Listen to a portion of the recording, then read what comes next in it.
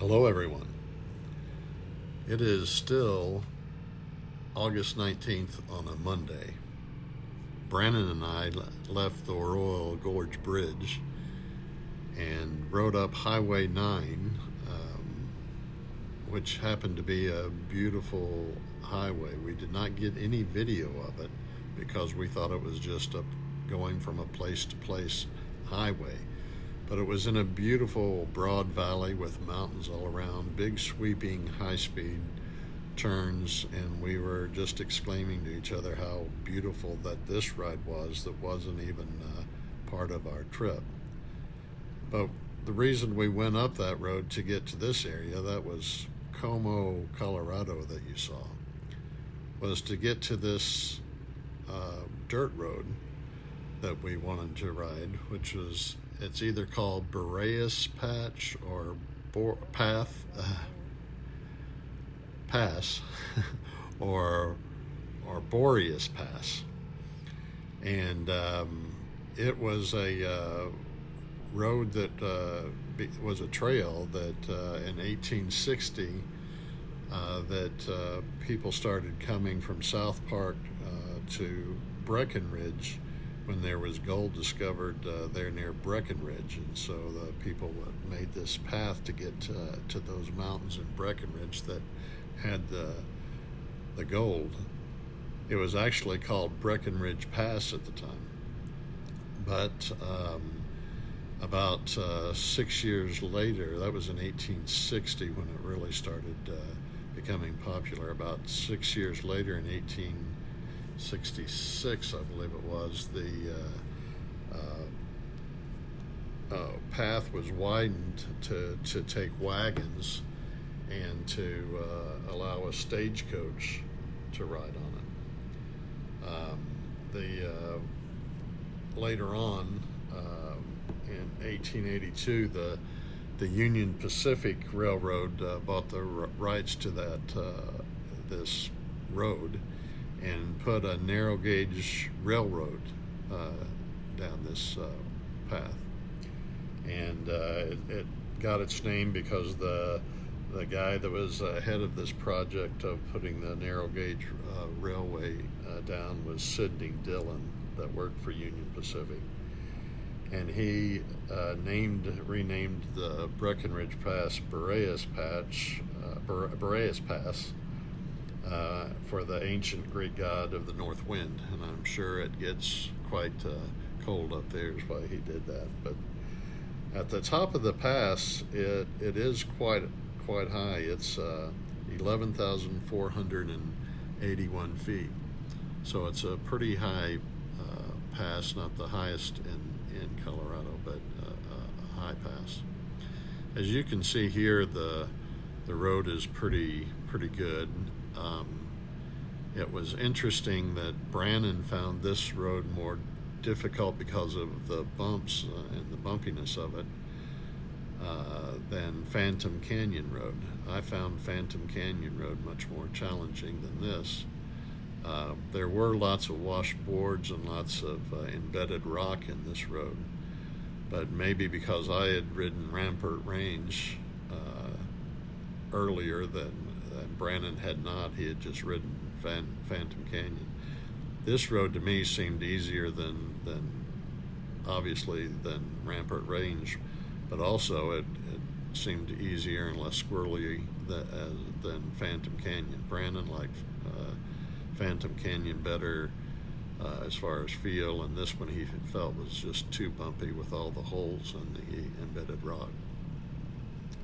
By the way, this is a very long video. I'm doing these videos hopefully to let Kathy know what's going on, and for everybody that's interested in seeing where I'm riding.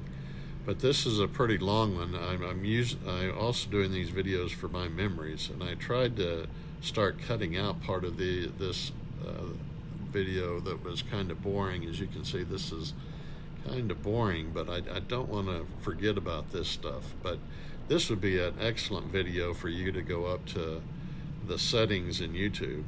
First of all, make sure you go to advanced and set it at the highest resolution that you can get, because it's still coming in at low resolution for some reason. And then you can watch it at double time. This would be an excellent one to watch at double time, because you can still see the views. But I know it's long, and I apologize. Might be a little boring, but I want to remember most of this ride. It was a cool day to start this day.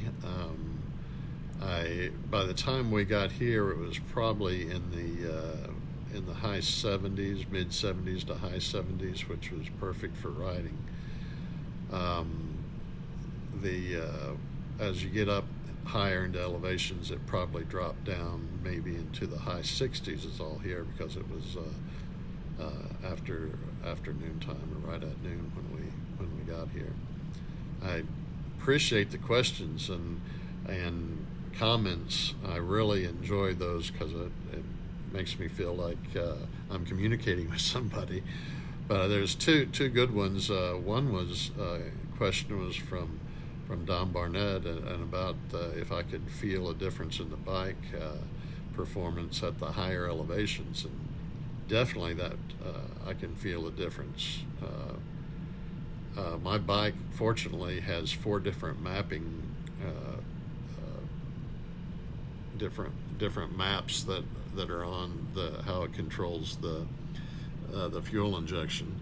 And of course, fuel injection tries to compensate when there's less oxygen there. It compensates automatically, but the map sure helps out. The 4 maps that I have on mine are basically the urban map, which lowers the amount of horsepower by about 1/3, and turns the analog brakes up all the way, and the wheelie control up all the way, and make sure that everything is safe. I very rarely use that urban mode unless I'm in high rain type area and with a lot of traffic around. The next one, as we're turning on here to the original road here, this is, you can see the road surface degrades here is not as good. This is actually getting onto the pass here. The rest was just a road getting up to it. But the next map on my bike is Enduro, which I'm on here, which also turns the power way down, at least 1/3 off. But it turns off the analog brake on the rear tire. And the reason you'd want that is if you've ever gone downhill on a dirt road or a gravel road and tried to use anti-lock brakes on your rear brake going down, it just doesn't do anything. Your brake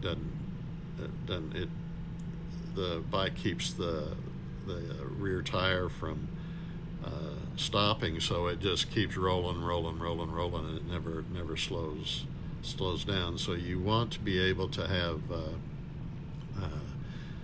the anti-lock brakes off in enduro mode, and along with, I don't need even as much power as it gives me. I could use even less power than that, so I don't need that power. And also the traction control. Obviously, when you're on dirt or gravel roads, as you can see, these big drop-offs here that we have, you don't want the bike adjusting too much with traction control, but you do have a little bit left with enduro. Another map is touring, which I keep on quite often when I'm just riding around, and it gives you full power and gives you the protections of anti-lock brakes and traction control and wheelie control.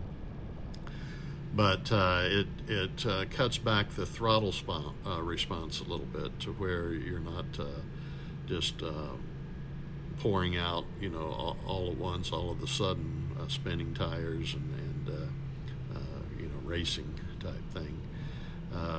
But the throttle response, because it is retarded, when it got up to these higher elevations, now on a dirt road I left it on enduro, it didn't matter, but in the higher elevations on the other roads that I was riding, in touring mode, the throttle response was just it felt dead. It just wasn't getting enough power to accelerate.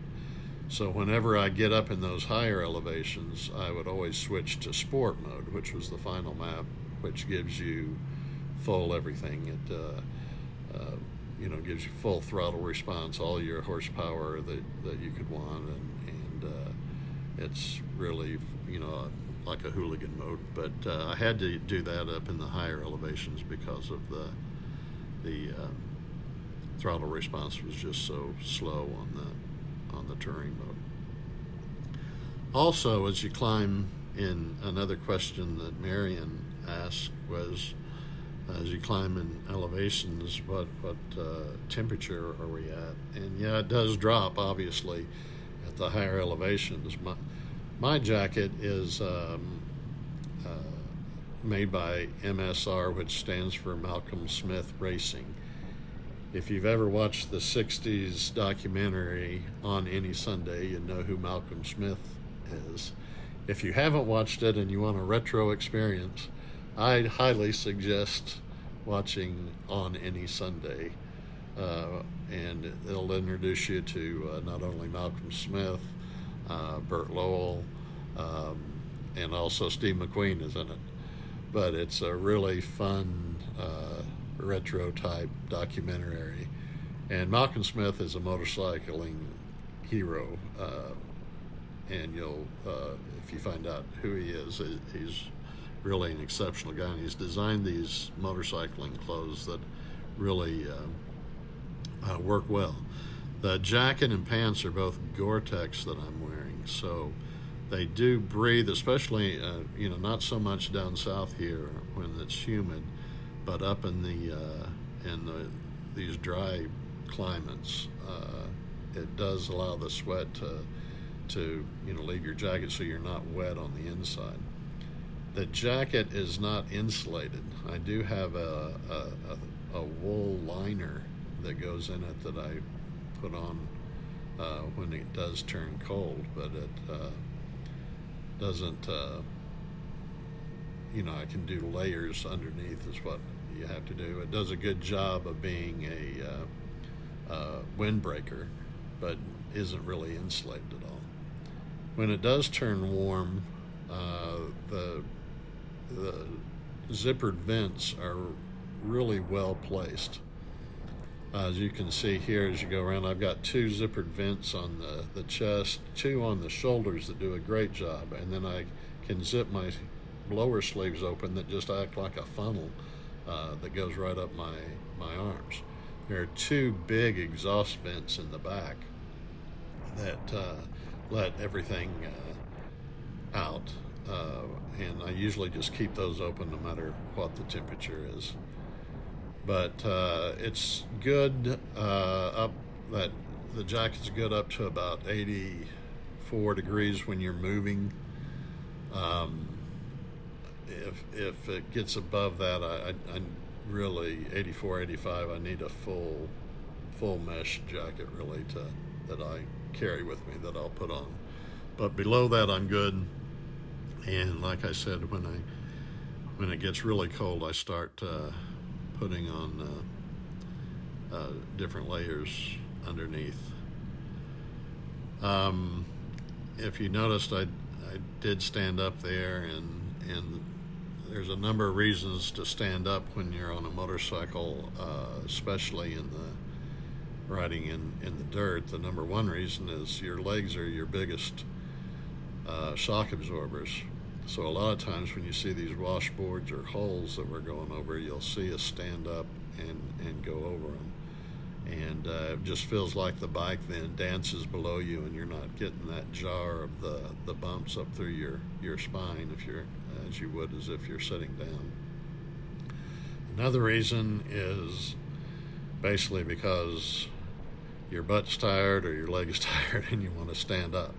Adventure bikes like these put the pegs right underneath your bottom and your seat so you can stand up very comfortably. If on my Harley, obviously the floorboards are so forward on that bike, you couldn't really stand up on them at all. They're too forward. The third reason, and gets back to what we were talking about with the jacket, is it sure allows a lot of air to circulate all through that jacket when you stand up, and so it makes it much more comfortable. So I really appreciate the comments and questions, and please give more. I try to read all the comments and questions, and it makes me, like I said, feel a little bit closer to home, and feel like I'm not out on an island. Ever since Brandon's left, it's been kind of lonely out here on the road. But again, I appreciate you watching these videos. Please hit like if you like it, and subscribe, and if you know anybody else that might be interested in watching something like this, or part of it, let them know about this also. And like I said, it doesn't hurt my feelings if you want to watch this at double time or fast forward through it to get through some of the parts. But hopefully you'll enjoy this video, and I'll go ahead. When this used to be a narrow cog railway, there was obviously all the trains were steam engines, and they have left the water tower that they used to fill up the steam engines here on this pass, and have refurbished it, so a little bit later you'll see some stop there, and then some pictures at that point. But it's really a cool thing, and kind of takes you back in time when you see that. But otherwise, I hope you enjoy this video. Sorry it's so long again, and I'm so long-winded, but I've got plenty more to upload, and I will see you in the next video.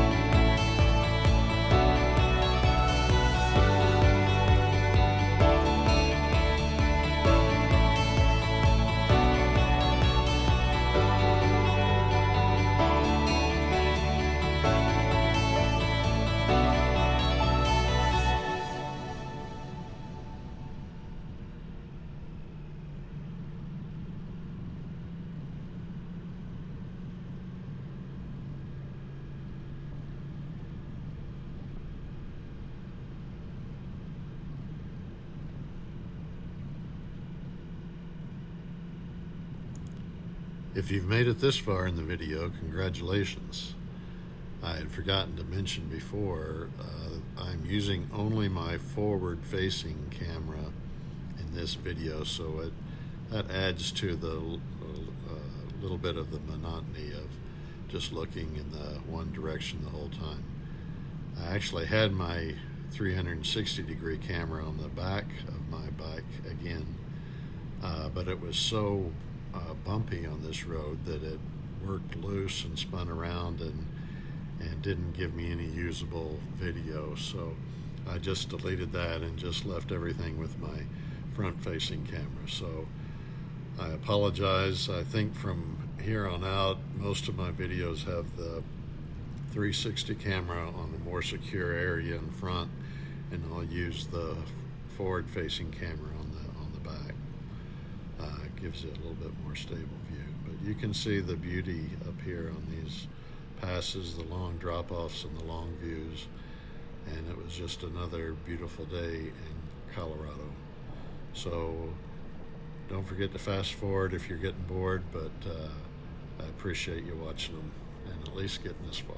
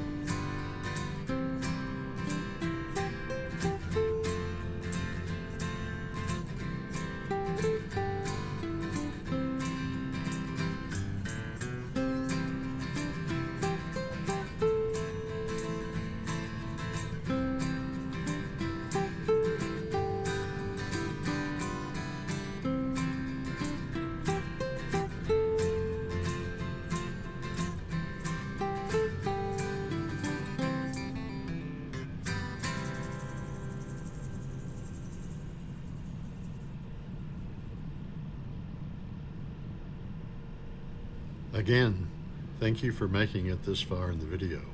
If you notice right here, I wanted to let you recognize the aspen trees on both sides of the road.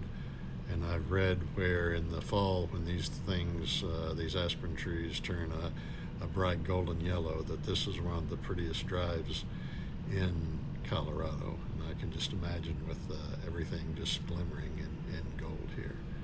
It's a beautiful road anyway, but I bet it would be spectacular in the fall.